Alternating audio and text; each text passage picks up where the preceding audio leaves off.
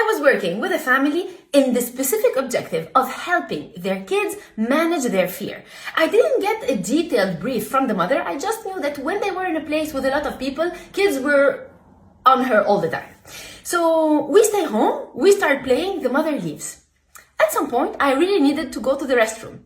I go there, I close the door, and then I hear on the door, banging. They were banging at the door and saying, the wolf will come, the wolf will eat us. And I'm like, what happened? Thank God I was in a small restroom and I was able to open the door, And they were like, the wolf, the wolf. I saw such a fear that I couldn't just keep them there and put some rules. Now, this was not the time. Now was time for their mental safety. So I'm like, come in. I close the door. I go, do you go in the toilet with your mother when she goes to the toilet? They were like, yes. I said, why? They said that because when we are alone, the wolf comes. So I understand there was a problem bigger than this.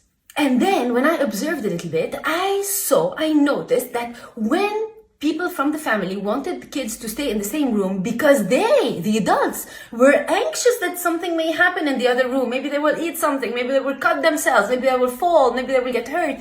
When they were anxious, instead of working on this anxiety, they used to tell the kids, don't go there, there's a wolf. So they were now thinking, but why my kids are so afraid? But they didn't notice that they have put this in the minds of their kids.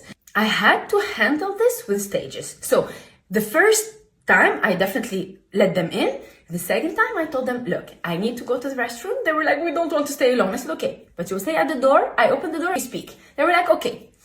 Few days later, I said, you stay at the door, but I close the door and we speak behind the door. They were like, okay.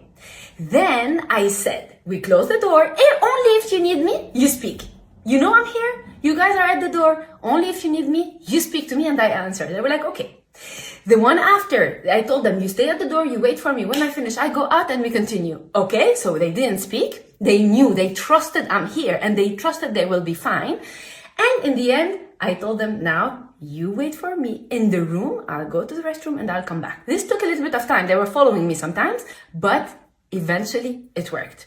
So we need to pay attention as parents. When we are not sure how to manage our anxiety, we don't have to just tell the kids, oh, the big man with a bag will come and take you. Or, oh, I'll call the police, they will stop you from doing this. Or the wolf will come and eat you. No, I work on my way. I work on my anxiety. And I don't use the parenting methods that they used to use before. Let's update our parenting methods.